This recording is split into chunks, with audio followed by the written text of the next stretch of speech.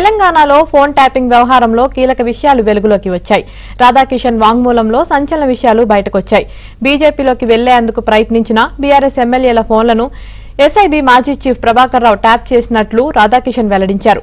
Pilot Rohit Reddy బీజేపీలోకి వెళ్లేందుకు ప్రయత్నిస్తున్నట్లు గుర్తించి ఆడియోలను ముందు పెట్టి ఎమ్మెల్యే కొనుగోలుకు తెరలేపారన్నారు. స్కెచ్ ప్రకారం మోయినాబాద్ ఫామ్ హౌస్ లో చర్చలు జరిగినట్లు తెలిపారు.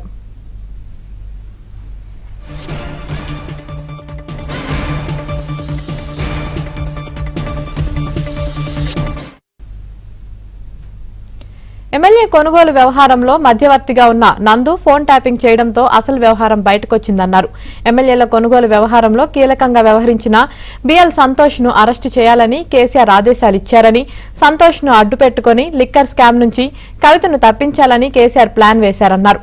అయితే సంతోష్ అరెస్టు చేసే ప్రయత్నాలు విఫలం కావడంతో కేసీఆర్ ఆగ్రహం వ్యక్తం చేసినట్లు స్టేట్మెంట్లో రాధాకిషన్ పేర్కొన్నారు. ఇదిలా ఉంటే ఎమ్మెల్యేల కొనుగోలు వ్యవహారాన్ని బయటపెట్టేందుకు స్పై కెమెరాలు, ఆడియో డివైజ్లను ఇన్స్పెక్టర్ శ్రీనాథ్ రెడ్డి సాయంతో ప్రభాకర్ రావు ఢిల్లీలో భారీ ఎత్తున కొనుగోలు చేశారని స్టేట్మెంట్లో రాధాకిషన్ రావు స్పష్టం చేశారు.